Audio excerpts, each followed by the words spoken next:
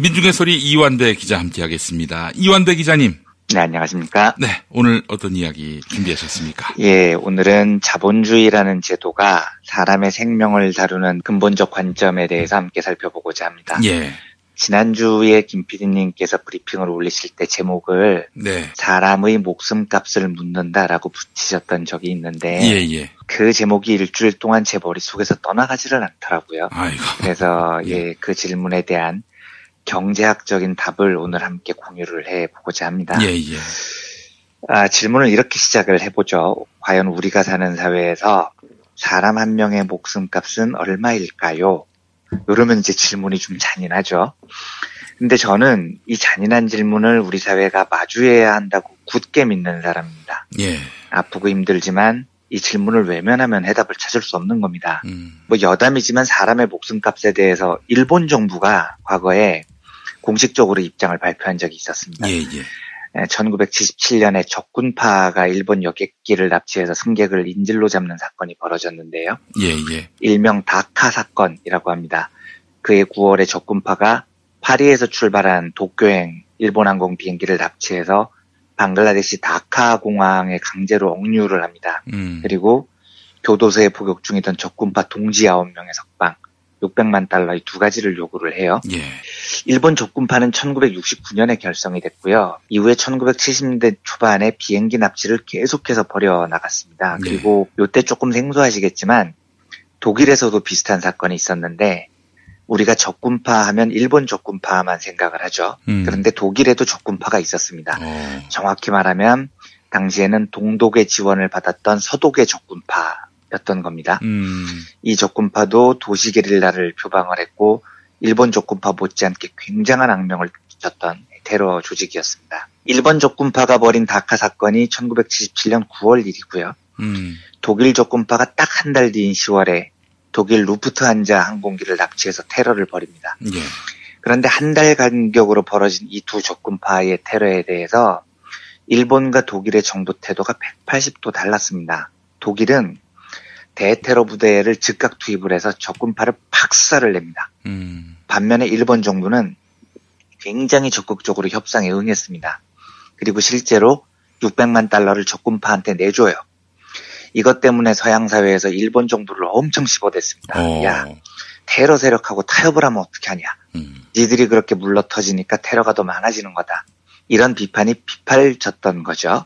이때 일본 총리였던 후쿠다 다케오라는 사람이 아주 유명한 말을 남깁니다. 인명은 지구보다 중요하다. 이런 말을 합니다. 예. 그러니까 제가 테러를 대하는 정부의 자세가 어느 게 옳으냐 이런 걸 이야기하려는 게 아니고요. 이때가 제 기억으로 공식적으로 자본주의 정부가 인명의 가치에 대해서 가장 후하게 쳐준 때였습니다. 세계 그 어떤 자본주의 정부도 인명이 지구보다 중요하다 이런 말을 한 적이 없어요. 그런데 이 발상을 그 허접한 일본 보수 정부가 했다는 사실이 저는 굉장히 놀라웠었습니다. 자, 그럼 지금부터 요거보다는 조금 더 공식적이고 경제학에 가까운 사람의 목숨값에 대한 이야기를 해보겠습니다. 예.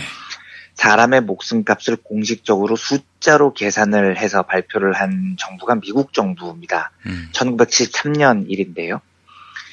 당시에 미국 고속도로 안전협회가 한 사람의 사망이 사회에 끼치는 비용을 계산을 합니다. 예. 값이 20만 달러였다는 겁니다. 이 수치가 어떻게 나왔냐면 한 사람이 목숨을 잃으면 원래 그 사람이 살아있었을 때 사회에서 창출할 수 있는 부가가치가 있었을 거잖아요. 예. 그 가치를 사람 한 명의 값어치로 보자는 겁니다. 이래서 계산을 합니다. 저 사람 평균 수명이 얼마 남았고 앞으로 일을 몇 년 더 할 수 있고 평균 월급이 얼마고 어쩌고 저쩌고 다 계산했더니 평균적으로 한 사람의 경제적 가치가 20만 달러였다는 거죠. 물론 조금 너그럽게 생각을 하면 뭐 그 정도 계산 해볼 수 있는 것 아니냐라고 생각할 수 있습니다. 예. 왜냐하면 이 계산이 있어야 보험회사 같은 곳에서 배상을 할 때 근거가 생기는 거거든요. 사람 한 명이 죽었을 때 얼마나 배상을 해줘야 하는지 갈팡질팡하지 않고 예. 연방정부가 세운 기준을 가지고 서로 협상을 하면 되는 겁니다. 그래서 이런 기준을 마련하는 게 꼭 나쁜 일이 아닐 수는 있어요. 그런데 아무리 정부가 선의를 가지고 이런 계산을 했다고 해도요. 사람 한 명의 목숨값이 딱 정해지면 자본은 이걸 놀라운 방식으로 악용을 합니다. 지금부터 실제로 어떤 일이 벌어졌는지 말씀드리겠습니다. 예, 예. 20만 달러라는 몸값이 발표된 1973년은요. 미국 자동차 업체들이 진짜 고전을 할 때였습니다. 왜냐하면 원래 미국 자동차들이라는 게 좀 거대하고 마초적인 모습을 한 차량들이 많습니다. 예. 밴이나 픽업 트럭이나 이런 게 많죠. 그런데 이런 차들은 전통적으로 다 기름을 많이 먹는 차들입니다. 여기에 비해서 일본이나 독일 같은 나라들 차는 작고 예쁘고 기름도 덜 먹는 모델들이 상당히 많았었어요. 그런데 1970년대 초반에 석유파동이 났잖아요. 예, 예. 이때 포드나 GM 같은 미국 자동차 업계가 박살이 납니다. 요 이전까지만 해도 미국인들은 픽업 트럭 같은 중후장대한 미국 차량에 대해서 굉장히 애정이 있었는데 기름값이 뭐 갑자기 3배, 4배로 뛰어버리니까요. 이런 차를 못 모는 겁니다. 그래서 미국 소비자들이 대거 미국 차를 버리고 일본이나 독일의 소형차로 갈아타 버립니다. 예. 발등에 불이 떨어진 거죠. 포드가 이걸 극복하기 위해서 소형차 모델을 개발하는데요. 그 모델 이름이 핀토였습니다.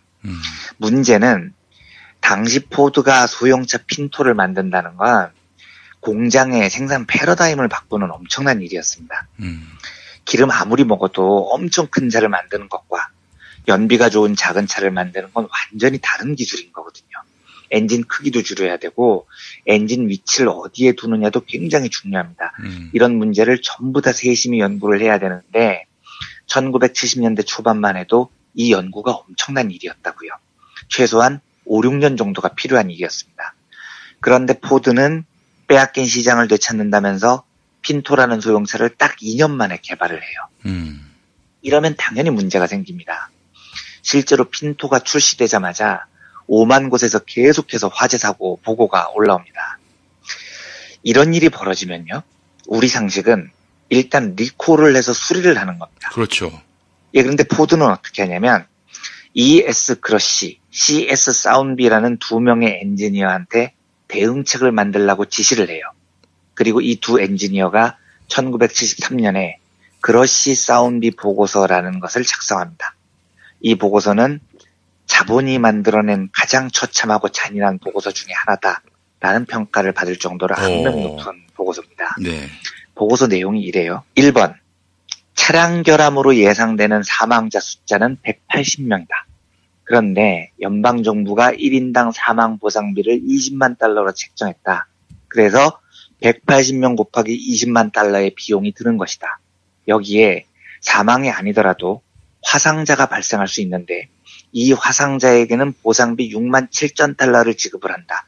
요걸 곱한 다음에 사고 차량도 보상해줘야 되니까 2,100대 정도 사고 차량에 700달러를 보상을 해준다.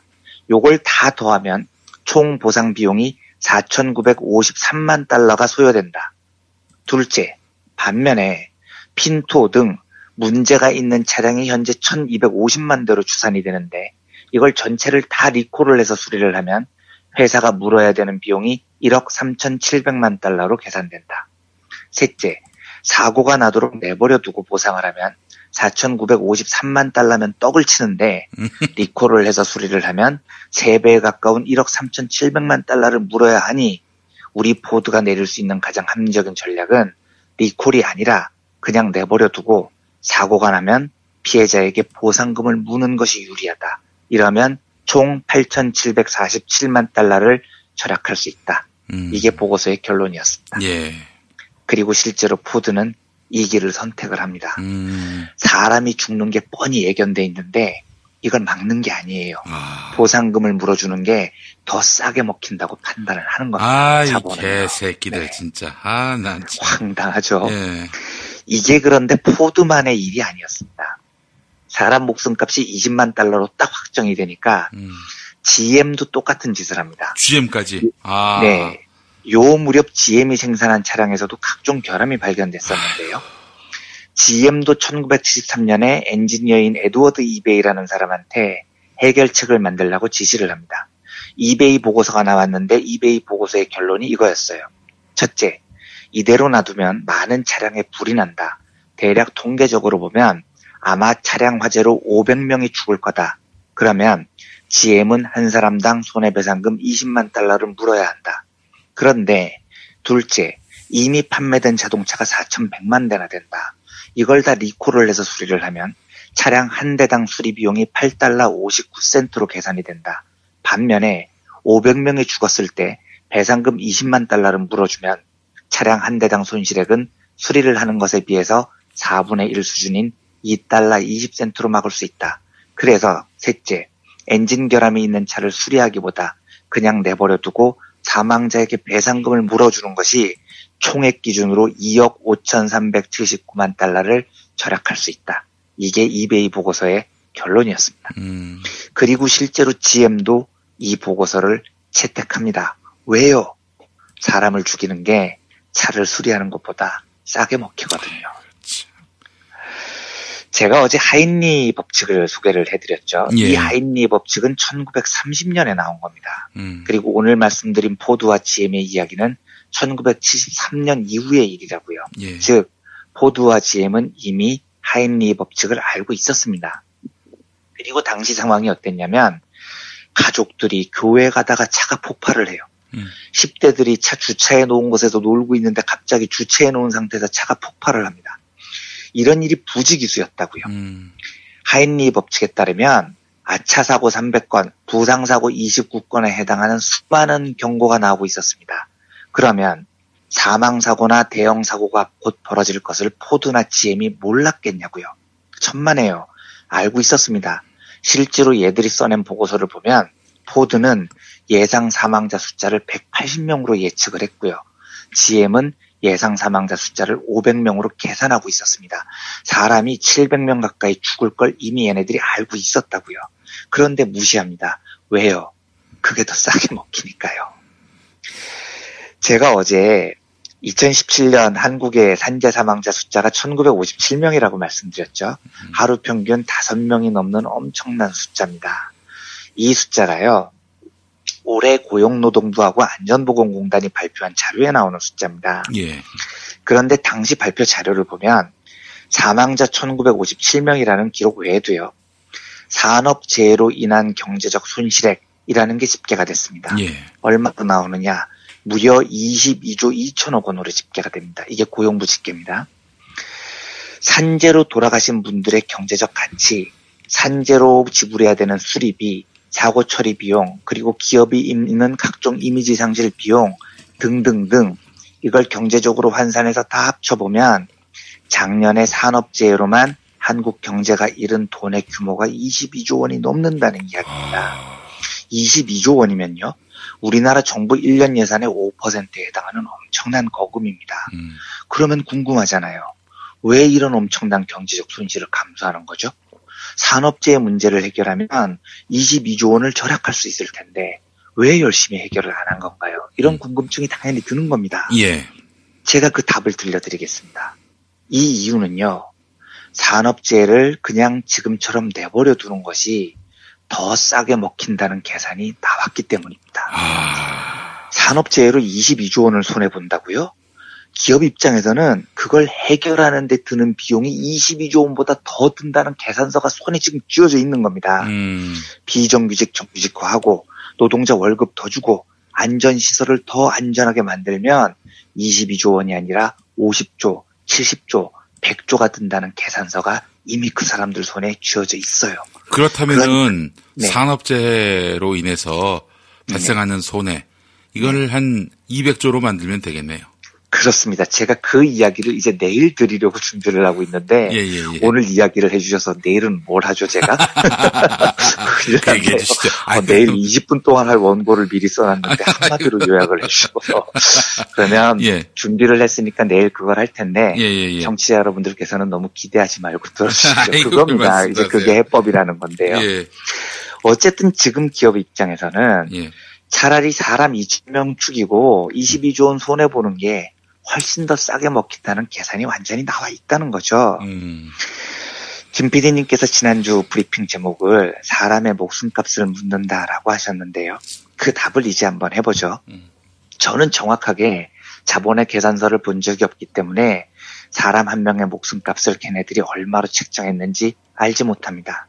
하지만 분명한 건요. 자본은 우리 노동자들의 목숨값을 알고 있다는 겁니다. 이건 제가 장담합니다. 그리고 계산을 해요. 야, 저걸 죽여 말어. 죽이는 게 싸냐, 살리는 게 싸냐.